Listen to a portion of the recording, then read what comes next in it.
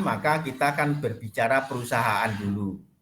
Kenapa kita berbicara perusahaan dulu? Karena mata kuliah anggaran itu bisa dipaparkan atau bisa diterapkan ya hanya di perusahaan atau sebuah lembaga.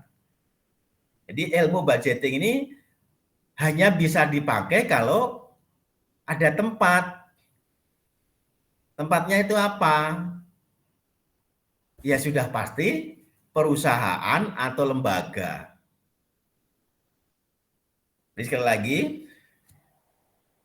untuk mampu teman-teman memaparkan persoalan perusahaan, kalau mau runtut ya, pertama kali bicaralah, anggaplah perusahaan sudah berdiri. Kalau perusahaan ini sudah berdiri, diawali dari yang tadi ending narasinya Ida, diawali dengan rapat direksi. Rapat direksi yang terdiri dari direktur utama, direktur keuangan, direktur personalia, dan direktur produksi, ini mengadakan rapat. Setelah mengadakan rapat, di dalam inti rapat perusahaan baru didirikan, ini diawali dari kata-kata atau diawali dari keinginan pemilik perusahaan bahwa perusahaan didirikan ini sudah pasti mempunyai tujuan utama. Tujuan utamanya itu adalah memperoleh keuntungan. Dari tujuan utama itulah perusahaan dari ditetapkan tujuan utama itulah perusahaan atau ketiga direktur, satu keuangan, SDM, dan produk akan menerjemahkan bagaimana keuntungan ini bisa direalisasikan. Direktur keuangan bertanggung jawab mulai dari tugas pokok Departemen Keuangan, tugas pokok Departemen Purchasing, tugas pokok Departemen Marketing, dan tugas pokok Departemen Warehouse. Ini ruang lingkup Direktur Keuangan. Maka Direktur Keuangan akan bertanggung jawab penuh bagaimana caranya perusahaan bisa merealisasikan tujuan utama perusahaan. Itu tugas Direktur Keuangan.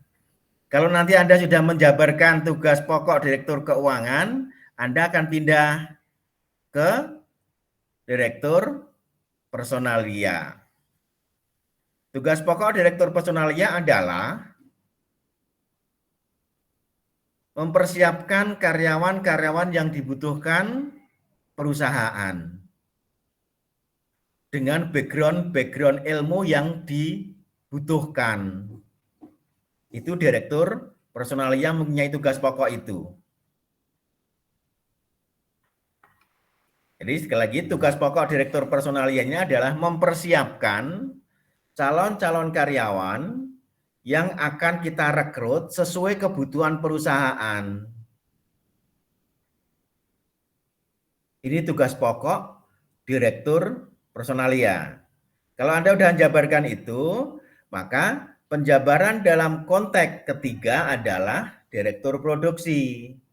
Direktur Produksi akan bertugas atau mempunyai tugas pokok adalah merencanakan mulai dari merencanakan memproduksi produk, mulai dari produk sampel sampai dengan produk massal.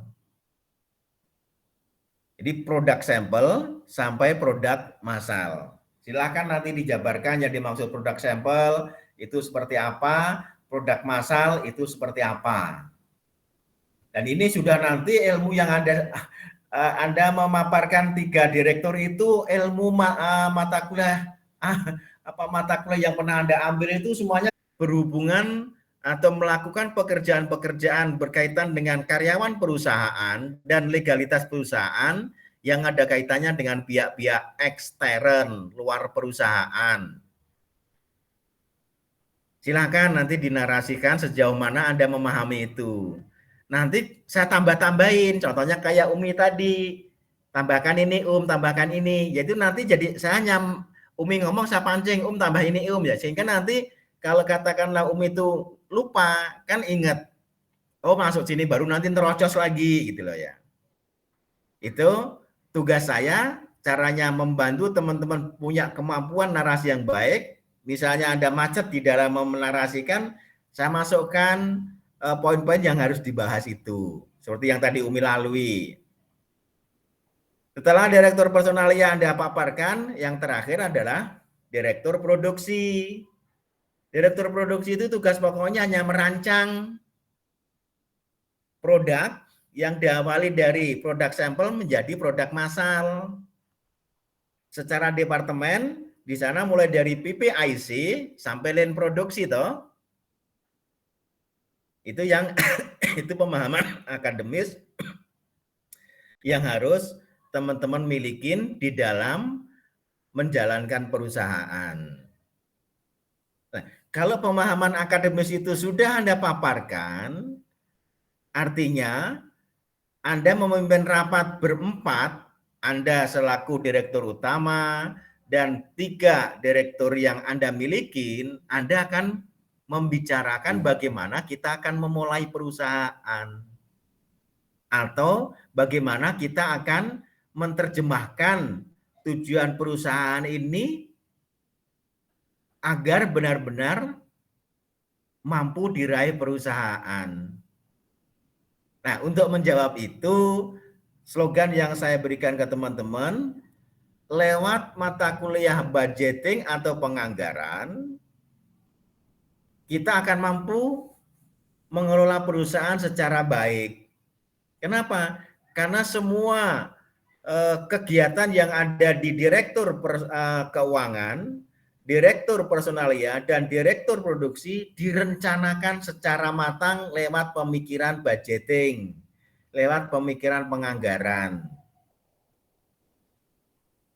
Jadi, karena nanti masing-masing kegiatan yang ada di direktur keuangan, direktur SDM, dan direktur produk, ini semua kegiatan yang ada di sana di planning, direncanakan secara matang. Bagaimana cara bekerja agar tujuan perusahaan itu mampu tercapai dengan baik.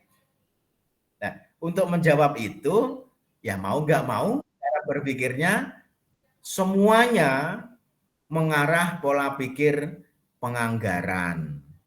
Mengarah ke pola pikir bagaimana perusahaan ini merealisasikan tujuan utama dari didirikan perusahaan. Seperti yang ada di poin-poin penganggaran. Logika penganggaran, ini saya tambahin sedikit ya. Yang pertama, pola pikir anggaran kan cuma ada 3 kan? Pola pikir anggaran cuma ada 3. Yaitu tetapkan tujuan laba 1 tahun. Yang kedua, tetapkan laba per unit. Dan yang ketiga, ketika direktur tadi mulai siap bekerja. Dan masing-masing direktur mempunyai pertanyaan-pertanyaan pokok. Cara berpikir yang pertama adalah berapa produk yang harus dihasilkan. Itu cara pikir departemen produksi. Cara pikir kedua, berapa karyawan produksi yang dibutuhkan. Dan berapa karyawan di masing-masing departemen dibutuhkan. Dan yang ketiga, orang keuangan, berapa uang yang harus disiapkan departemen keuangan agar perusahaan ini mampu berjalan dalam setiap harinya, atau berapa kebutuhan uang dalam setiap harinya. Itu cara cara kita minta